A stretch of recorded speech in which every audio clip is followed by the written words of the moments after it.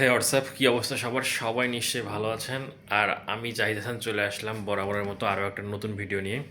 আজকে আমি ভীষণ হতাশ, কেননা আমার আজকে যাওয়ার কথা ছিল হচ্ছে গ্রামে, অর্থাৎ কুড়িগ্রাম এক্সপ্রেস ট্রেনে চলে যাওয়ার কথা ছিল হচ্ছে পার্বতীপুরে। কিন্তু সমস্যা হয়ে গেছে যে ট্রেন আজকে লেট। ট্রেনের রাইট টাইম ছিল সন্ধ্যা 8টার সময়, অর্থাৎ রাত 8টার সময় ট্রেন চালার কথা। কিন্তু দুঃখজনক হলো সত্যি, আমি রেডি হয়ে খুব সুন্দরভাবে বের হয়ে গেছি।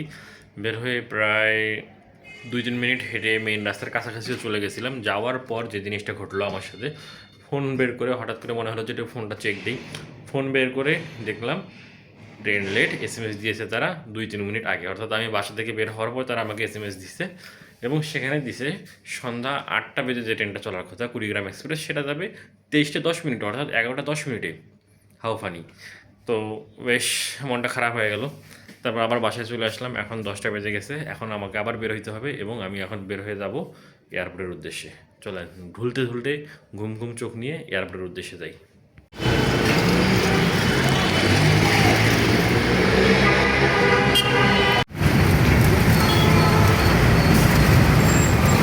এয়ারপোর্ট রেলওয়ে স্টেশনে চলে আসছি, কিন্তু এসে বেশ হতাশই হতে হলো। কেননা দেখেন, এয়ারপোর্ট রেলওয়ে স্টেশন কম শপিং মল বেশি, খাবারের দোকান, ফুড কোর্ট, জুতার দোকান, তারপর এমনি নর্মাল কাপড়ের দোকান, মানে কোনো কিছুর এখানে অভাব নাই। এয়ারপোর্ট স্টেশন কম, শপিং মল টাইপের বেশি, অর্থাৎ ফুডকার্ট টাইপের দোকান বেশি।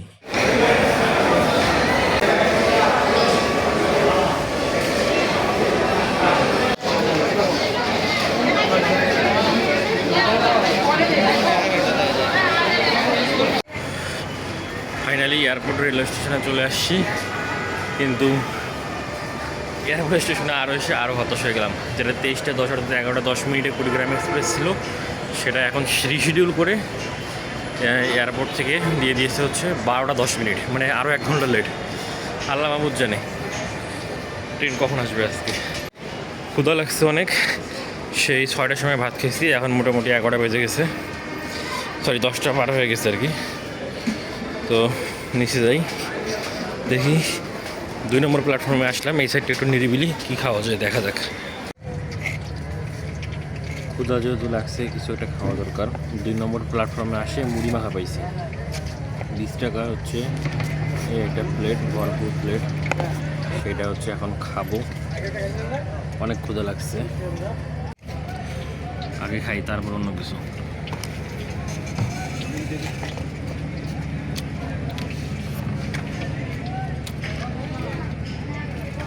মুড়ি, পেঁয়াজ, কাঁচামরিচ, সরিষার তেল, বেগুনি আর পেঁয়াজ মিক্সার, ছোলা বুট সবই আছে। শিডিউল বিপর্যয় হইল, একটা জিনিস বেশ ভালো লাগছে, সেটা হচ্ছে যে এসএমএস দিয়ে জানাই দিচ্ছে অন্তত পক্ষে যে ট্রেন আজকে ঠিক টাইমে যাইতে পারবে না।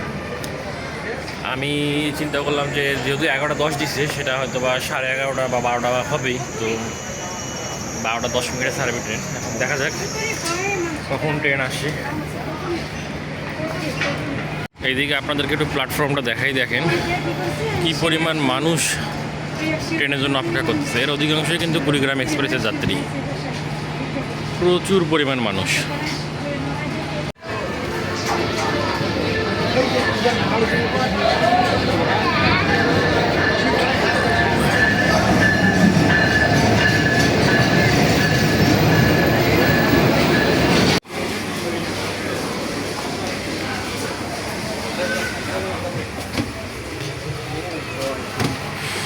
ফাইনালি রাত 1টার সময় কুড়িগ্রাম এক্সপ্রেস বিমানবন্দর রেলওয়ে স্টেশনে আসলো এবং তার যাত্রা শুরু করলো। দেখা যাক কখন পৌঁছাই। সময় হচ্ছে 5টা বেজে 12 মিনিট।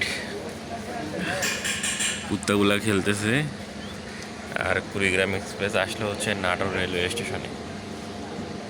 এখানে মনে হয় ক্রসিং দিবেন, তাই দাঁড়াইছে। সেই ট্রেনে উঠে ঘুমাইছিলাম, আর নাটোরে এসে কাঁচাগোলা চিল্লাচিল্লিতে ঘুমটা ভেঙে গেল আমার। 5টা 41 minute Kurigram express Madhabnagar railway স্টেশনে দাঁড়াইছে।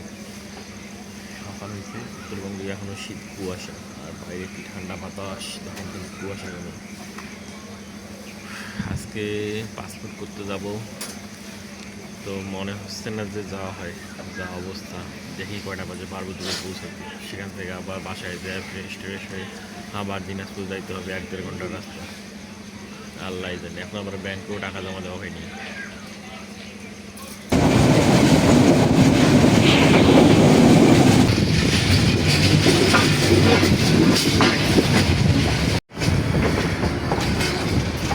অবশেষে পার্বতীপুর রেলওয়ে স্টেশনে চলে আসলাম। রাত 1টায় ছেড়ে পার্বতীপুর আসতে আসতে বেজে গেল সকাল 8টা। যাই হোক, নেক্সট ভিডিওতে দেখা হবে আবার।